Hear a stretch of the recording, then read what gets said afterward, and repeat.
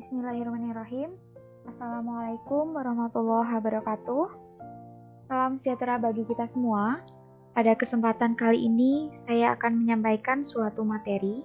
Tetapi sebelum masuk ke materi, saya ingin memberi motivasi untuk lebih giat semangat dalam belajar, yaitu go up and never stop. Karena sukses adalah saat persiapan dan kesempatan. Nah, video ini saya buat untuk memenuhi tugas mata kuliah metodologi pembelajaran matematika yang diampu oleh Ibu Wulan Izzatul Himah. Di sini saya Rika Dewi Sulistiana, NIM 2307018858, salah satu mahasiswa Tadris Matematika IAIN Salatiga. Saya akan menyampaikan materi mengenai model pembelajaran Group Investigation. Dimulai dari konsep dasar, pengertian, tujuan, karakteristik, dan lain sebagainya.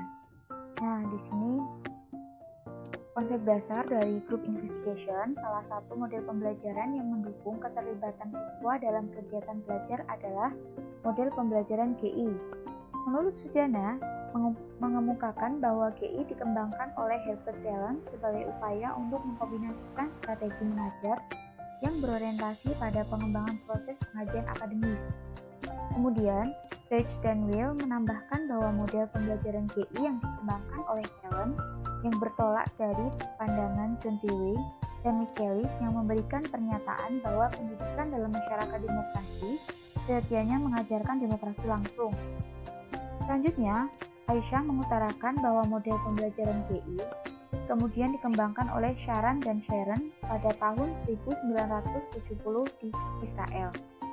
Sementara itu, Choi, Goh, dan Chia menambahkan bahwa model pembelajaran GI secara filosofis beranjak dari paradigma konstruktivis. Adapun model pembelajaran GI tertulis sebagai model pembelajaran yang paling kompleks dan paling sulit untuk dilaksanakan dalam pembelajaran kooperatif. Slide selanjutnya yaitu ada pengertian GI menurut beberapa ahli. Di sini saya mengambil 4 ahli. Yang pertama, menurut Sutama. Yang kedua, menurut Aunur Rahman. Yang ketiga, menurut Santiasa. Dan yang terakhir, menurut Winata Putra. Di mana menurut Sutama, model pembelajaran GI atau Group Investigation merupakan pembelajaran berbasis kelompok yang memberikan peluang kepada siswa untuk berdiskusi, berpikir kritis, dan dapat bertanggung jawab dalam pembelajaran tersebut. Menurut Aunur Rahman, model pembelajaran Group Investigation atau biasa disingkat dengan GI dapat menumbuhkan kehangatan hubungan antar siswa, kepercayaan, rasa hormat terhadap harkat dan martabat orang lain, dan yang lebih penting, model pembelajaran GI dapat digunakan pada seluruh area subjek yang mencakup semua anak pada segala tingkatan usia dan peristiwa sebagai model sosial inti untuk semua sekolah.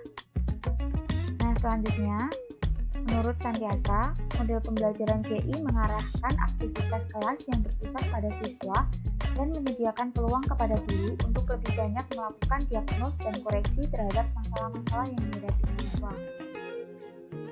Yang terakhir, menurut Winata Putra, model GI digunakan dalam berbagai situasi dan bidang studi dengan berbagai tingkat usia. Pada dasarnya, model ini dirancang untuk membimbing para peserta didik, mendefinisikan masalah, mengeksplorasi berbagai cakrawala mengenai masalah, mengumpulkan data yang relevan, mengembangkan dan menguji hipotesis. Jadi, dari beberapa pengertian di atas, saya menyimpulkan bahwa pengertian GI merupakan pembelajaran yang berpusat pada siswa yang dibentuk menjadi beberapa kelompok kecil untuk berdiskusi mengenai suatu materi yang menuntut siswa untuk memiliki kemampuan berkomunikasi dan bekerja sama dengan baik. Nah, kita masuk ke bab selanjutnya yaitu mengenai karakteristik GI. Di sini ada 5. Yang pertama, siswa belajar dalam kelompok. Yang kedua, siswa memiliki rasa saling ketergantungan. Yang ketiga, siswa belajar berinteraksi secara kerjasama. 4. Siswa dilatih untuk bertanggung jawab terhadap tugas. Dan yang terakhir, siswa memiliki keterampilan komunikasi interpersonal. Ciri-ciri tersebut dapat memberikan dampak positif kepada peserta didik antara lain membangun sifat belajar kelompok atau bersosialisasi, membangun kemampuan bekerja sama, melatih kecakapan berkomunikasi, melatih keterlibatan emosi pada peserta didik, dan lain sebagainya. Nah, apa sih tujuan metode pembelajaran GI? Di sini saya mengambil secara keseluruhan ada 3 poin. Yang pertama, membantu siswa untuk melakukan investigasi terhadap suatu topik secara sistematis dan analitik. Yang kedua, pemahaman secara mendalam terhadap suatu topik yang dilakukan melalui investigasi. Dan yang terakhir, melatih siswa untuk bekerja secara kooperatif dalam memecahkan. Nah, setelah tujuan, kita belajar mengenai konsep utama model pembelajaran GI. Di sini ada 3. Yang pertama, penelitian atau inquiry. Kedua, pengetahuan atau knowledge. Yang ketiga, dinamika kelompok atau the dynamics of the learning group. Investigasi kelompok atau grup investigasi adalah pembelajaran yang dilakukan secara kelompok, melakukan percobaan dengan aktif yang memungkinkannya menemukan prinsip. Model ini memungkinkan siswa untuk berkomunikasi secara aktif. Nah, dinamika kelompok menunjukkan suasana yang menggambarkan sekelompok individu yang saling berinteraksi mengenai sesuatu yang sengaja dilihat atau dikaji bersama. Nah, menurut Sharan, langkah-langkah pelaksanaan model pembelajaran group investigation itu ada 6 poin. Atau 6 fase ya, 6 tahap. Yang pertama, peserta didik diorganisasikan menjadi beberapa kelompok yang heterogen. Yang kedua, guru menjelaskan subtopik yang akan dibahas hari ini, serta memberikan tugas kelompok yang harus dikerjakan masing-masing kelompok. Yang ketiga, guru memanggil setiap ketua kelompok untuk membagi materi tugas secara kooperatif. Lalu, guru meminta ketua kelompok untuk membaginya secara adil bersama anggota kelompok mereka masing-masing.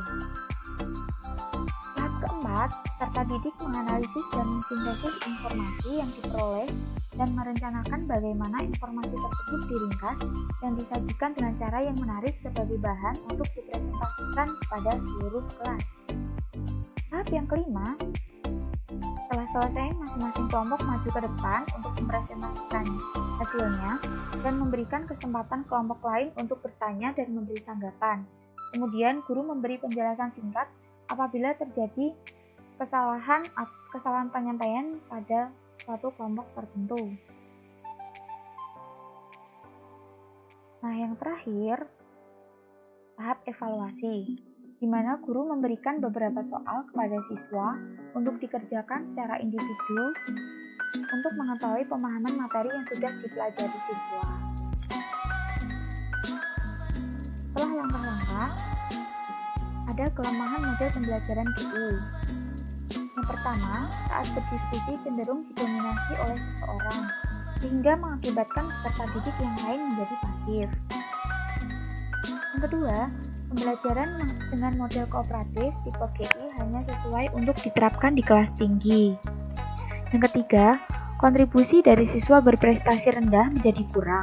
Hal itu juga tercermin pada saat presentasi, biasanya hanya anggota kelompok yang pandai.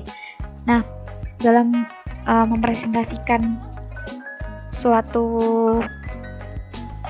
dalam belajar kelompok, pastinya biasanya yang mewakili ke depan itu siswa yang lebih mengetahui materi yang dibahas atau biasa disebut dengan siswa yang cerdas, seperti itu. Yang keempat, memakan waktu yang lebih lama dibandingkan pembelajaran yang konvensional.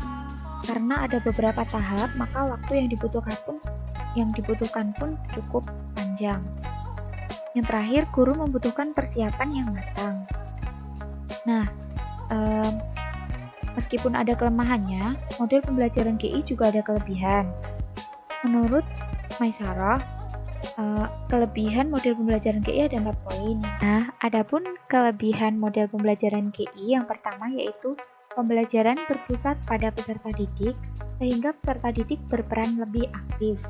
Yang kedua, Pembelajaran yang dilakukan membuat suasana saling bekerja sama antar peserta didik tanpa memandang latar belakang. Yang ketiga, peserta didik dilatih untuk memiliki kemampuan yang baik dalam berkomunikasi. Dan yang terakhir, terlatihnya siswa dalam bersosialisasi, memecahkan masalah, dan belajar berdemokrasi dalam penyatuan pemahaman terhadap materi. Nah, sekian yang dapat saya sampaikan. Kurang lebihnya mohon maaf. Semoga bermanfaat bagi kita semua. Semangat belajar. Stay healthy and see you. Terima kasih. Assalamualaikum warahmatullahi wabarakatuh.